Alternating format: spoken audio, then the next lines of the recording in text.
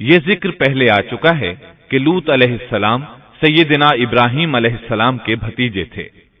سیدنا لوط علیہ السلام کے باپ کا نام ہاران تھا، جو تارخ یعنی آزر کے بیٹے تھے۔ اللہ تعالی نے لوط علیہ السلام کا پورے قرآن میں 27 بار ذکر کیا ہے۔ یہ ذکر 14 سورتوں میں متفرق مقام پر آیا ہے۔ آپ کا والد آپ کے بچپن ہی میں فوت ہو گیا تھا، اس لیے آپ نے اپنے دادا آزر کے گھر اپنے چچا ابراہیم علیہ السلام کے ہاں پرورش پائی۔ یہی وجہ ہے کہ ابراہیم علیہ السلام کو ان سے بے حد محبت تھی۔ جس وقت پوری قوم سیدنا ابراہیم علیہ السلام کے خلاف اٹھ کھڑی ہوئی اور انہیں آگ میں ڈالا گیا، اس کٹھن وقت میں صرف لوط علیہ السلام ہی وہ شخصیت تھے جو آپ پر ایمان لا چکے تھے، جیسا کہ اللہ تعالی نے فرمایا فآمن له لوط، ان پر لوط ایمان لے آئے۔ پھر جب ابراہیم علیہ السلام نے ہجرت کی تو لوط علیہ السلام نے بھی ان کے ساتھ ہجرت کی۔ اللہ تعالیٰ فرماتے ہیں وقال انی مہاجر الی ربی انہ هو العزیز الحکیم، اور کہنے لگے کہ میں اپنے رب کی طرف ہجرت کرنے والا ہوں، وہ بڑا ہی غالب اور حکیم ہے۔ اس سے پہلے ہم ذکر آئے ہیں کہ جب ابراہیم علیہ السلام مصر سے فلسطین واپس چلے گئے تو آپ نے اپنے بھتیجے لوط کو سدوم بستی کی طرف بھیج دیا۔ یہ بحر مردار کے پاس ایک بستی تھی، تجارتی مرکز اور مسافروں کے لیے آرام کی جگہ تھی۔ یہ کافر قوم تھی، ان میں ایک بھی مومن نہیں تھا۔ اللہ تعالیٰ فرماتے ہیں فأخرجنا من كان فيها من المؤمنين فما وجدنا فيها غير بيت من المسلمين، پس جتنے ایماندار وہاں تھے ہم نے انہیں نکال لیا، اور ہم نے وہاں مسلمانوں کا صرف ایک ہی گھر پایا۔ یہ سب لوگ کافر تھے، لوگوں میں سب سے زیادہ فاسق اور فاجر تھے۔ ان لوگوں نے ایسی برائیاں ایجاد کی کہ ان سے پہلے کائنات میں کسی نے نہ کی تھیں۔ چنانچہ اللہ فرماتے ہیں اذ قال لقومه اتأتون الفاحشة ما سبقكم بها من احد من العالمین، جب لوط نے اپنی قوم سے کہا تم ایسی فحاشی اور بے حیائی کا ارتکاب کرتے ہو جو جہانوں میں تم سے پہلے کسی شخص نے نہیں کی۔ پھر اللہ فرماتے ہیں انکم لتأتون الرجال شہوة من دون النساء بل انتم قوم مسرفون،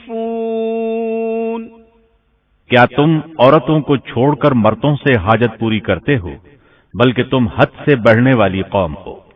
اس کام یعنی اغلام بازی اور جنسی بے راہ روی کو قوم لوط نے شروع کیا، لیکن بعض کہتے ہیں یہ تو فطری چیز ہے اور بعض کہتے ہیں یہ جنات سے شروع ہوئی۔ بہرحال یہ فسق و فجور اور گھناؤنا جرم اسی قوم سے شروع ہوا۔ فرشتوں کی زبانی اللہ تعالی نے فرمایا اِنَّا أُرْسِلْنَا إِلَى قَوْمٍ مُجْرِمِينَ، فرشتوں نے کہا کہ ہم گناہگار قوم کی طرف بھیجے گئے ہیں۔ پھر کہنے لگے إِلَّا آلَ لُوطٍ إِنَّا لَمُنَجُّوهُمْ أَجْمَعِينَ إِلَّا امْرَأَتَهُ قَدَّرْنَا إِنَّهَا لَمِنَ الْغَابِرِينَ، مگر خاندان لوط کہ ہم ان سب کو تو ضرور بچا لیں گے سوائے اس کی بیوی کے کہ ہم نے اسے رکنے اور باقی رہ جانے والوں میں مقرر کر دیا ہے۔ اسی طرح لوط علیہ السلام نے ان سے کہا أَتَأْتُونَ الذُّكْرَانَ مِنَ الْعَالَمِينَ، وَتَذَرُونَ مَا خَلَقَ لَكُمْ رَبُّكُمْ مِنْ أَزْوَاجِكُمْ بَلْ أَنْتُمْ قَوْمٌ عَادُونَ کیا تم جہان والوں میں سے مردوں کے ساتھ شہوت رانی کرتے ہو اور تمہاری جن عورتوں کو اللہ نے تمہارا جوڑ بنایا ہے ان کو چھوڑ دیتے ہو، بلکہ تم ہو ہی حد سے گزر جانے والے۔ اللہ تعالیٰ نے قرآن میں کتنے ہی مقامات پر اس گناہ کی برائی اور قباحت بیان فرمائی ہے، اس لیے کہ یہ نہایت سنگین اور گھناؤنا جرم ہے۔ اللہ تعالیٰ فرماتے ہیں وَلُوطًا إِذْ قَالَ لِقَوْمِهِ أَتَأْتُونَ الْفَاحِشَةَ وَأَنْتُمْ تُبْصِرُونَ أَإِنَّكُمْ لَتَأْتُونَ الرِّجَالَ شَهْوَةً مِّن دُونِ النِّسَاءِ بل انتم قوم تجہلون۔ اور لوط کا ذکر کر جبکہ اس نے اپنی قوم سے کہا کہ کیا باوجود دیکھنے بھالنے کے پھر بھی تم بدکاری کرتے ہو؟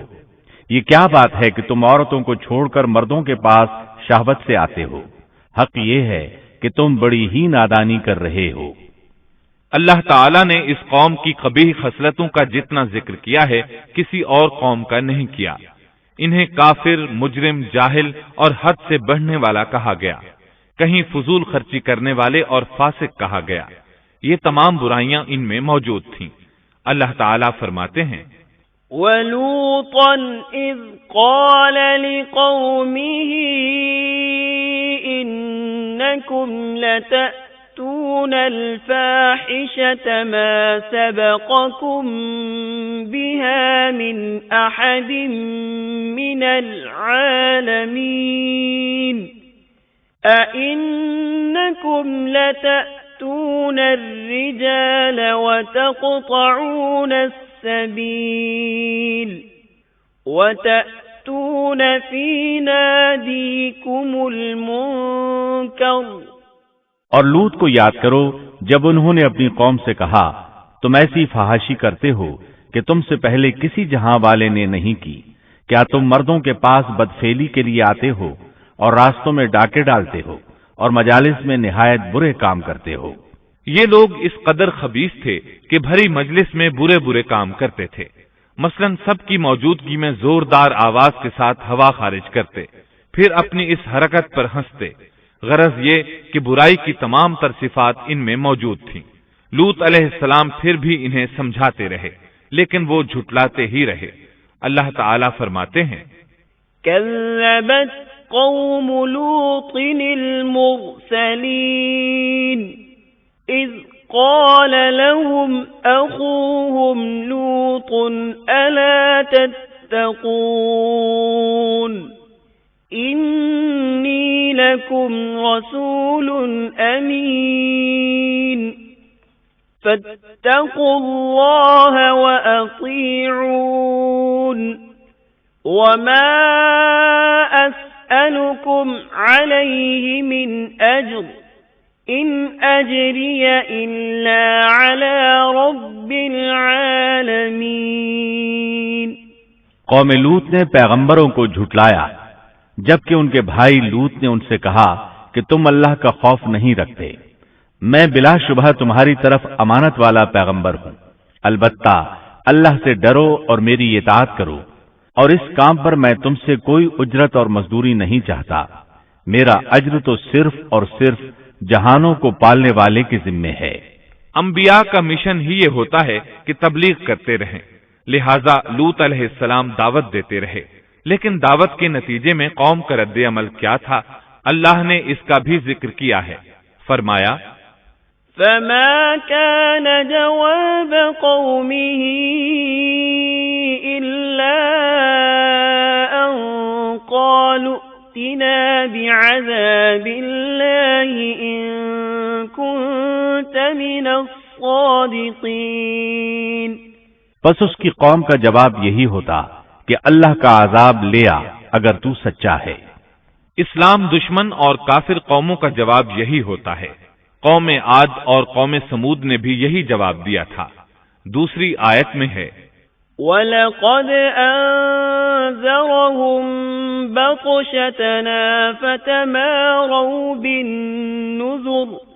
لوط نے انہیں ہماری پکڑ سے ڈرایا، یعنی انہوں نے کہا اے قوم، اللہ کی پکڑ سے اور عذاب سے بچ جاؤ، محتاط ہو جاؤ، اس کی لاٹھی بے آواز ہے، لیکن وہ ڈرانے والوں سے بھی جھگڑتے ہی رہے۔ ایک اور آیت میں اللہ فرماتے ہیں وَمَا كَانَ جَوَابَ قَوْمِهِ إِلَّا أَن قَالُوا أَخْرِجُوهُم مِّن قَرْيَتِكُمْ إِنَّهُمْ أُنَاسٌ يَتَطَهَّرُونَ۔ اور ان کی قوم سے کوئی جواب نہ بن پڑا بجز اس کے کہ آپس میں کہنے لگے کہ ان لوگوں کو اپنی بستی سے نکال دو، یہ پاک باز بننے کی کوشش کرتے ہیں۔ چونکہ یہ سب کے سب لوگ فحاشی، عریانی، بے حیائی، بے غیرتی، فسق و فجور اور بدکاری میں مصروف تھے، ان کے نزدیک پاکیزگی اختیار کرنا بے معنی کام بن چکا تھا۔ لوط علیہ السلام اور ان کی بیٹیوں کے علاوہ کوئی شخص پاک نہ تھا، سب کے سب غلاظت میں ڈوبے ہوئے تھے۔ چنانچہ انہوں نے لوط علیہ السلام کو اپنی بستی سے نکال باہر کرنے کا فیصلہ کیا۔ کہنے لگے قالوا لئن لم تنته يا لوط لتكونن من المخرجين قال إني لعملكم من القالين۔ اے لوط، اگر تو اپنے اس واعظ و نصیحت سے باز نہ آیا تو ضرور تجھے نکال دیا جائے گا۔ اس پر لوط نے فرمایا میں بھی تمہارے اس گھناونے عمل سے بیزار ہو چکا ہوں۔ چنانچہ لوط علیہ السلام اس موقع پر وہاں سے نکل آئے اور اپنے رب سے یوں دعا گو ہوئے رب نجنی وأہلی مما يعملون۔ اے میرے پروردگار، مجھے اور میرے اہل کو ان کے عمل سے بچا لے اور نجات عطا فرما۔ کتنی ہی آیات میں ہے کہ ان لوگوں نے لوط علیہ السلام کو بستی سے نکالنے کا عزم کر رکھا تھا، اور لوط علیہ السلام اس پوری بستی میں بے یار و مددگار تھے۔ وہاں ان کا کوئی خاندان تو تھا نہیں، لہذا گھر میں ہی بیٹھے رہے، دعا کرتے رہے۔ قال رب انصرنی علی القوم المفسدین۔ اے پروردگار، اس فسادی قوم کے خلاف میری مدد فرما۔ اس دعا سے اس قوم کی ایک اور خصلت معلوم ہوئی، اور وہ یہ کہ وہ فسادی بھی تھے۔ سو اللہ نے دعا قبول فرمائی، فرشتے بھیجے، جبرائیل، میکائیل اور ملک الموت، اور بعض روایات کے مطابق اسرافیل کو بھی ان کے ساتھ بھیجا گیا۔ وہ سب سے پہلے ابراہیم علیہ السلام کے پاس آئے تاکہ انہیں اسحاق علیہ السلام کی بشارت دیں۔ آخر کار یہاں سے فرشتوں نے سدوم کا رخ کیا۔ یہ فرشتے وہاں نوجوان لڑکوں کی صورت میں پہنچے، ان کی ٹولیوں کے پاس سے گزرے تاکہ انہیں آزما لیا جائے، ان پر حجت قائم ہو جائے۔ مطلب یہ کہ اللہ تعالیٰ نے فرشتوں سے کہا تھا کہ ان لوگوں کو اس وقت تک ہلاک نہ کرنا جب تک کہ ان کے نبی کو ان پر الزام لگاتے نہ دیکھ لو۔ چنانچہ یہ فرشتے نوجوان اور خوبرو لڑکوں کی صورت میں بستی کے کنارے پہنچ گئے۔ لوط علیہ السلام کی ایک بیٹی بستی سے باہر کنارے پر رہتی تھی۔ جب اس نے انہیں دیکھا تو ڈر گئی۔ اس نے سوچا ہماری قوم کے لوگوں نے اگر انہیں دیکھ لیا تو ضرور ان سے برائی کر کے رہیں گے، اس لیے وہ اپنے والد لوط علیہ السلام کی طرف دوڑی۔ ان کے پاس پہنچ کر کہنے لگی میں نے چند نوجوان لڑکوں کو دیکھا ہے اور میں ان کے بارے میں خوفزدہ ہوں۔ لوط علیہ السلام جلدی سے ان کی طرف آئے، ان سے پوچھا آپ کیسے آئے ہیں؟ انہوں نے بتایا ہم آپ کے مہمان ہیں۔ لوط علیہ السلام چاہتے تھے انہیں باہر ہی سے دوسری طرف روانہ کر دیں، لیکن جب انہوں نے کہا کہ ہم مہمان ہیں تو وہ انہیں جانے کے لیے نہ کہہ سکے، چنانچہ ان سے بولے اللہ کی قسم، زمین کی پشت پر اس سے خبیث اور گندی قوم ہم نے نہیں دیکھی، اور نہ ہی کسی کے بارے میں ایسا معلوم ہوا۔ آپ نے 2 بار، 3 بار اور پھر 4تھی بار بھی ان سے یہی بات کہی تاکہ ان نوجوانوں کو حالات کا علم ہو جائے، وہ بھانپ لیں۔ لیکن وہ تو فرشتے تھے اور لوط علیہ السلام کی قوم کے خلاف گواہی تلاش کر رہے تھے۔ آخر لوط علیہ السلام انہیں اپنے گھر لے آئے، انہیں بٹھایا۔ لوط علیہ السلام کی بیوی کافر تھی اور قوم کے ساتھ تھی۔ وہ باہر گئی اور اس نے لوگوں کو بتایا کہ اس نے لوط علیہ السلام کے گھر میں ایسے خوبصورت چہروں والے نوجوان دیکھے ہیں کہ زمین پر آج تک ان جیسے کہیں نظر نہیں آئے۔ یہ سنتے ہی وہ سب لوط علیہ السلام کے گھر کی طرف لپکے۔ قرآن کریم میں آتا ہے وَجَاءَهُ قَوْمُهُ يُهْرَعُونَ إِلَيْهِ وَمِن قَبْلُ كَانُوا يَعْمَلُونَ السَّيِّئَاتِ لوگ جلدی سے اس کی طرف لپکے اور وہ اس سے پہلے فحاشی کے عادی بن چکے تھے۔ ایک جگہ الفاظ ہیں شہر کے لوگ خوش ہوتے ہوئے آئے۔ وہ اس حد تک فاسق اور فاجر بن چکے تھے کہ خوش ہوتے ہوئے وہاں آئے تاکہ ان خوبصورت لڑکوں سے لذت حاصل کر سکیں۔ یہ گھر کے سامنے پہنچ گئے تو لوط علیہ السلام انہیں روکنے کے لیے گھر سے نکلے۔ ان سے فرمایا یا قوم هؤلاء بناتی، اے میری قوم، تمہاری خواہش کے لیے میری بیٹیاں موجود ہیں، یعنی قوم کی عورتیں موجود ہیں۔ نبی قوم کا باپ ہوتا ہے، اس کی بیویاں قوم کی مائیں اور قوم کی عورتیں اس کی بیٹیاں شمار ہوتی ہیں، جیسا کہ سورہ ہود میں آتا ہے۔ قال یا قوم هؤلاء بناتی هن اطہر لکم فاتقوا اللہ ولا تخزون فی ضیفی أَلَيْسَ مِنكُمْ رَجُلٌ رَشِيدٌ کہنے لگے اے میری قوم، میری یہ بیٹیاں تمہارے لیے پاکیزگی کا باعث ہیں، لہذا اللہ سے ڈرو اور مجھے میرے مہمانوں کے بارے میں رسوا نہ کرو۔ کیا تم میں کوئی بھلا شخص موجود نہیں؟ آپ کی بات کے جواب میں انہوں نے کیا جواب دیا؟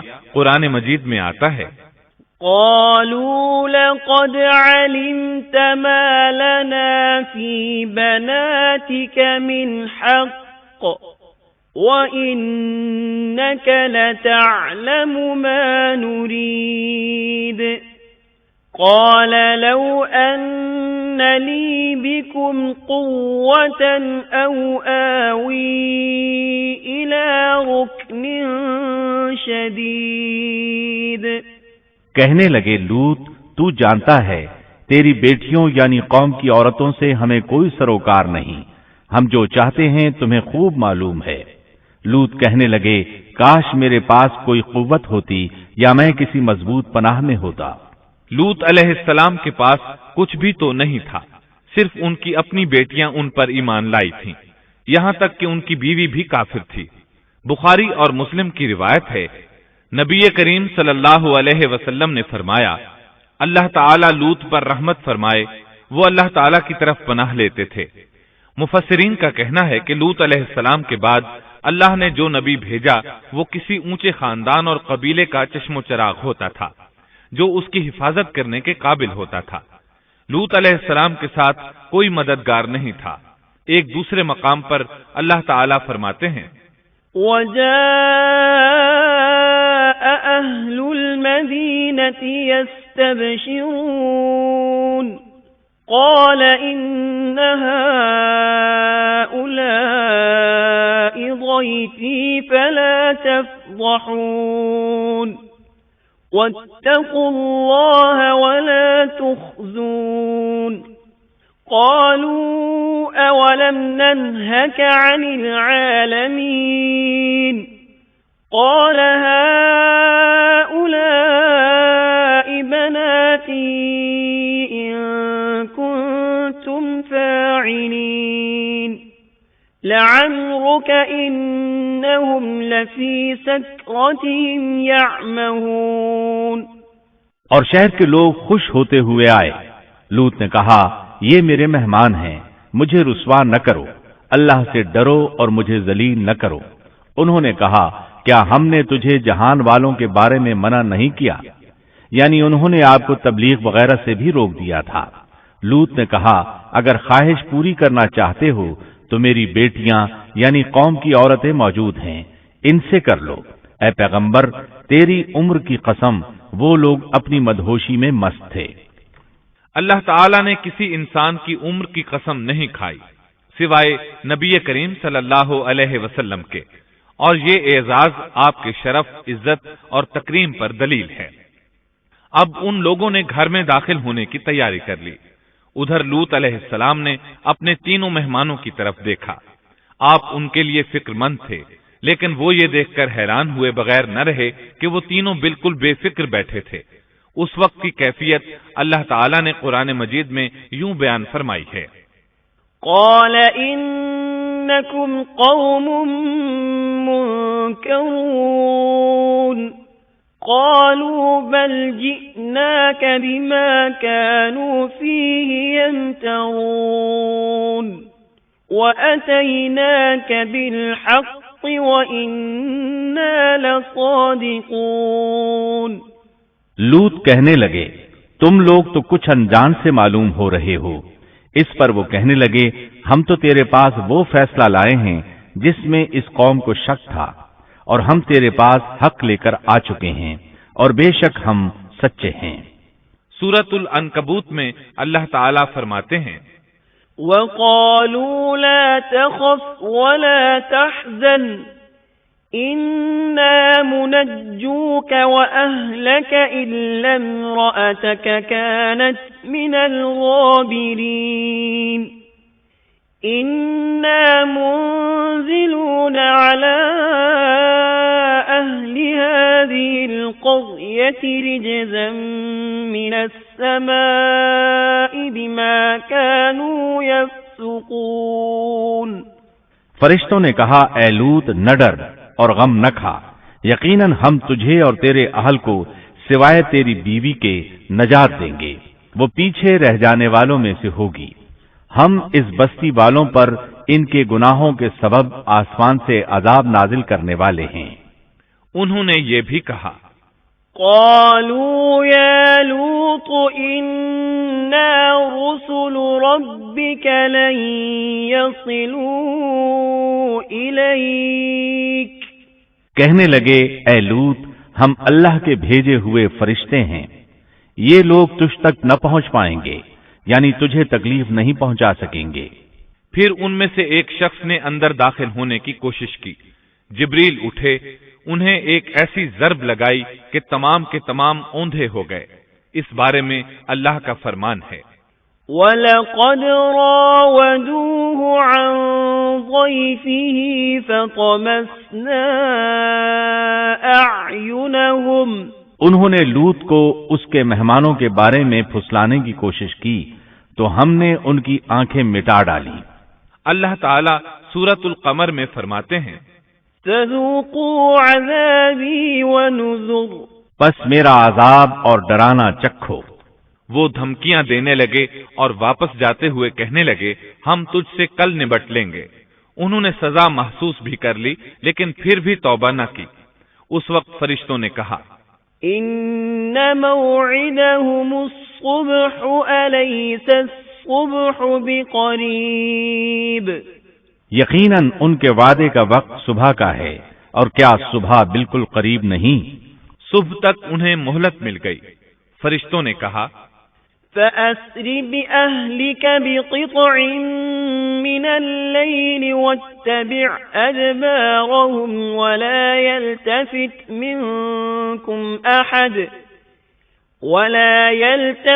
مِنكُمْ أَحَدٌ وَامْضُوا حَيْثُ تُؤْمَرُونَ وَقَضَيْنَا إِلَيْهِ ذَلِكَ الْأَمْرَ أَنَّ دَابِرَ هَؤُلَاءِ مَقْطُوعٌ مُصْبِحِينَ۔ اے لوط اپنے اہل کو رات کے حصے میں لے کر نکل جا اور ان کے پیچھے پیچھے تو چل، اور تم میں سے کوئی پیچھے مڑ کر نہ دیکھے، اور جہاں تمہیں حکم ہو چلے جاؤ۔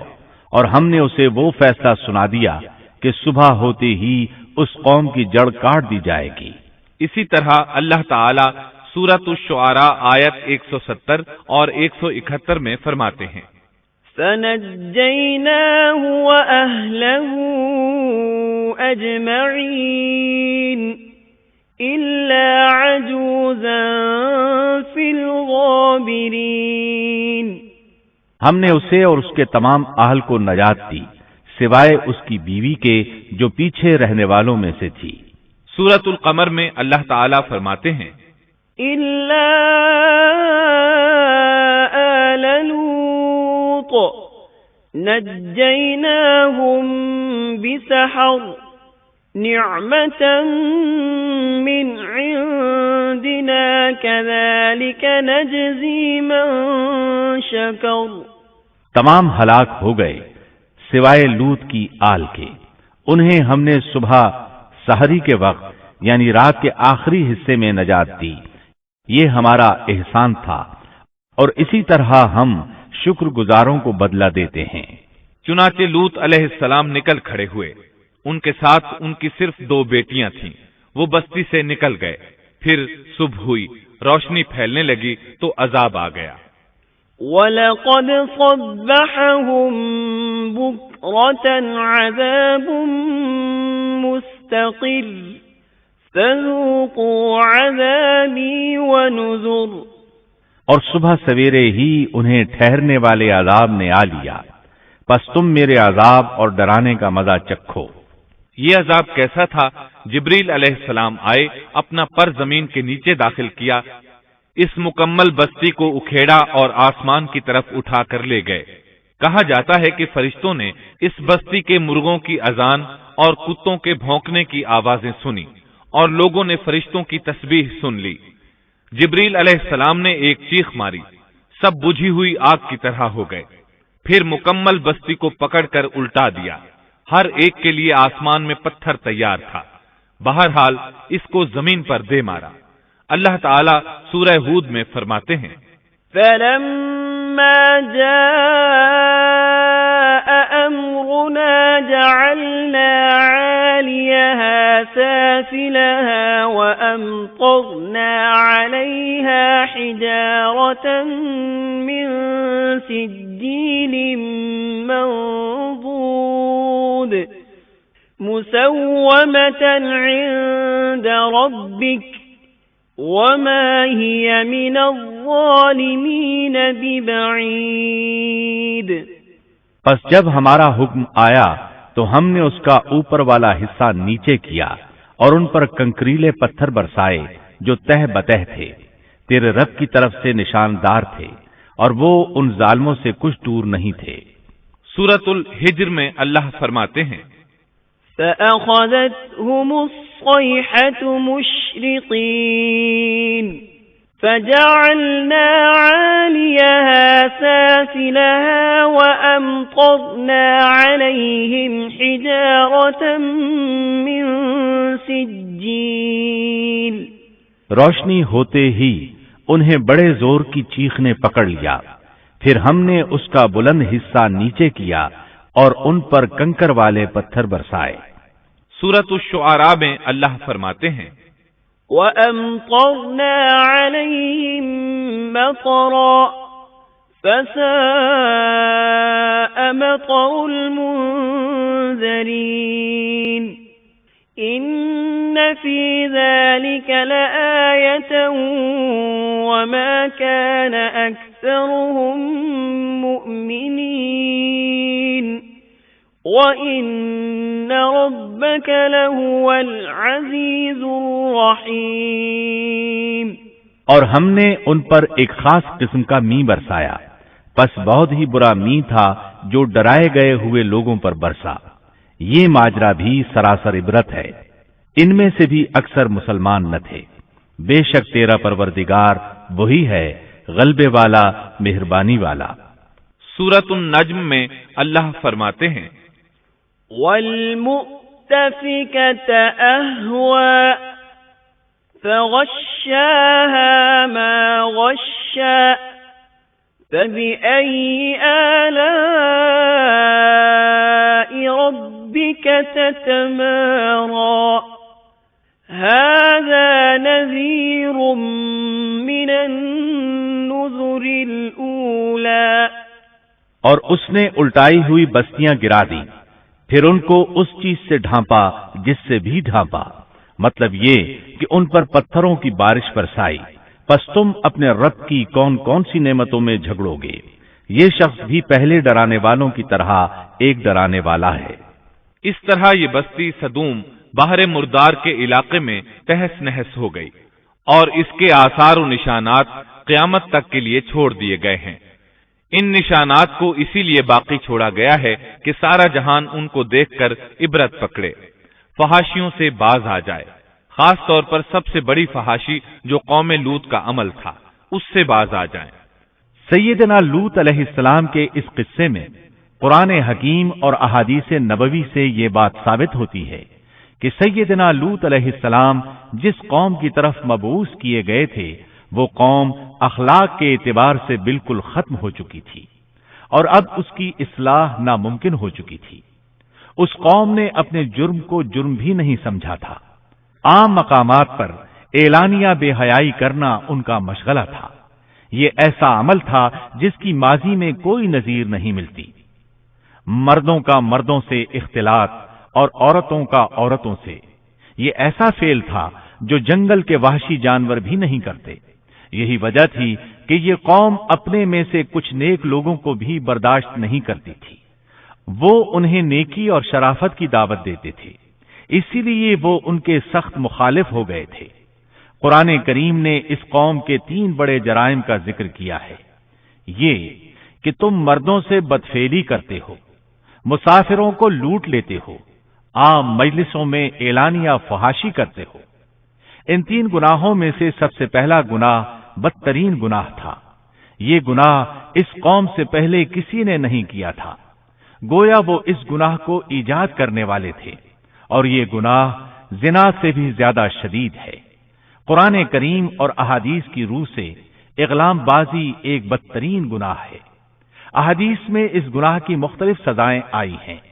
ایک روایت میں ہے کہ فاعل اور مفعول دونوں کو قتل کر دو۔ بستی سدوم عذاب کے نزول سے قبل کن حالات سے دوچار تھی، سورۃ الذاریات آیت 35 اور 36 میں یوں بیان ہوا ہے: پھر ہم نے ان سب لوگوں کو نکال لیا جو اس بستی میں مومن تھے، یعنی لوط علیہ السلام اور ان پر ایمان لانے والے، سو ہم نے اس بستی میں سوائے ایک گھر کے مسلمانوں کا کوئی گھر نہ پایا۔ اس کا مطلب ہے وہاں صرف سیدنا لوط علیہ السلام اور ان کا گھرانہ مسلمان تھا، باقی سب گھر کافروں کے تھے۔ اللہ تعالیٰ کسی قوم کی مکمل تباہی کا فیصلہ اس وقت تک نہیں کرتے جب تک کہ اس قوم میں کچھ قابل لحاظ بھلائی موجود ہو، مگر جب قوم کا حال یہ ہو جائے کہ اس میں بھلائی آٹے میں نمک کے برابر بھی باقی نہ رہے، تو ایسی صورت میں اللہ کا قانون یہ ہے کہ نبی اور اس پر ایمان لانے والوں کو اپنی قدرت خاص سے کسی نہ کسی طرح بچا لیا جاتا ہے، اور باقی لوگوں کے ساتھ وہی معاملہ کیا جاتا ہے جو ہوش مند تاجر اپنے ٹوکرے کے گلے سڑے پھلوں کے ساتھ کرتا ہے۔ اچھے پھل ان میں سے نکال لیتا ہے اور سڑے ہوئے باہر پھینک دیتا ہے۔ عذاب کے بعد اللہ تعالیٰ نے اس شہر کے کھنڈرات کے بارے میں سورۃ الذاریات آیت 37 میں یوں فرمایا ہے: اس عذاب کے بعد ہم نے وہاں بس ایک نشانی ان لوگوں کے لیے چھوڑ دی جو دردناک عذاب سے ڈرتے تھے۔ اس نشانی سے مراد بحیرہ مردار ہے۔ اس کا جنوبی علاقہ آج بھی ایک عظیم تباہی کے آثار پیش کر رہا ہے۔ ماہرین آثار قدیمہ کا خیال ہے کہ قوم لوط کے 5 بڑے شہر شدید زلزلے سے زمین میں دھنس گئے تھے، اور ان کے اوپر بحیرہ مردار کا پانی پھیل گیا تھا۔ اس خیال کی وجہ یہ بتائی جاتی ہے کہ بحیرہ مردار کا وہ حصہ جو اللسان نامی جزیرے کے جنوب میں واقع ہے وہ صاف طور پر بعد میں پیدا ہوا ہے، اور قدیم بحیرہ مردار کے جو آثار اس جزیرے کے شمال میں نظر آتے ہیں وہ جنوب میں پائے جانے والے آثار سے بالکل مختلف ہیں۔ ماہرین آثار قدیمہ نے اس سے یہ بات اخذ کی ہے کہ جنوب کا حصہ پہلے اس بحیرہ کی سطح سے بلند تھا، بعد میں زلزلے سے دھنس کر زمین کے نیچے چلا گیا۔ اس دھنسنے کا زمانہ بھی 2000 برس قبل مسیح کے قریب معلوم ہوتا ہے، اور یہ زمانہ تاریخ کے اعتبار سے سیدنا ابراہیم علیہ السلام اور سیدنا لوط علیہ السلام کا زمانہ ہے۔ 1965 عیسوی میں آثار قدیمہ کی ایک امریکی ٹیم کو اللسان جزیرے پر ایک بہت بڑا قبرستان ملا۔ اس میں 20,000 سے زائد قبریں تھیں۔ اس سے اندازہ ہوتا ہے کہ قریب ہی کوئی بڑا شہر آباد تھا۔ اس لیے عین ممکن ہے کہ جس شہر کا یہ قبرستان ہے وہ بحیرہ میں غرق ہو چکا ہو۔ بحیرہ کے جنوب میں جو علاقہ ہے اس میں اب بھی ہر طرف تباہی کے آثار موجود ہیں، اور زمین میں گندھک، رال، کول تار اور قدرتی گیس کے اتنے بڑے ذخائر پائے گئے ہیں کہ ان کو دیکھ کر یقین ہو جاتا ہے کہ کسی وقت بجلیوں کے گرنے سے یا آتش فشاں کا لاوا نکلنے سے یہاں آگ پھٹ پڑی تھی۔ اللہ تعالیٰ سورہ ہود کی آیت 83 میں ارشاد فرماتے ہیں، پتھراؤ کا یہ عذاب آج بھی ظالموں سے دور نہیں۔ مطلب یہ کہ جو قوم اس قوم کی طرح ظلم اور بے حیائی پر جم جائے وہ اپنے آپ کو اس جیسے عذاب سے دور نہ خیال کرے۔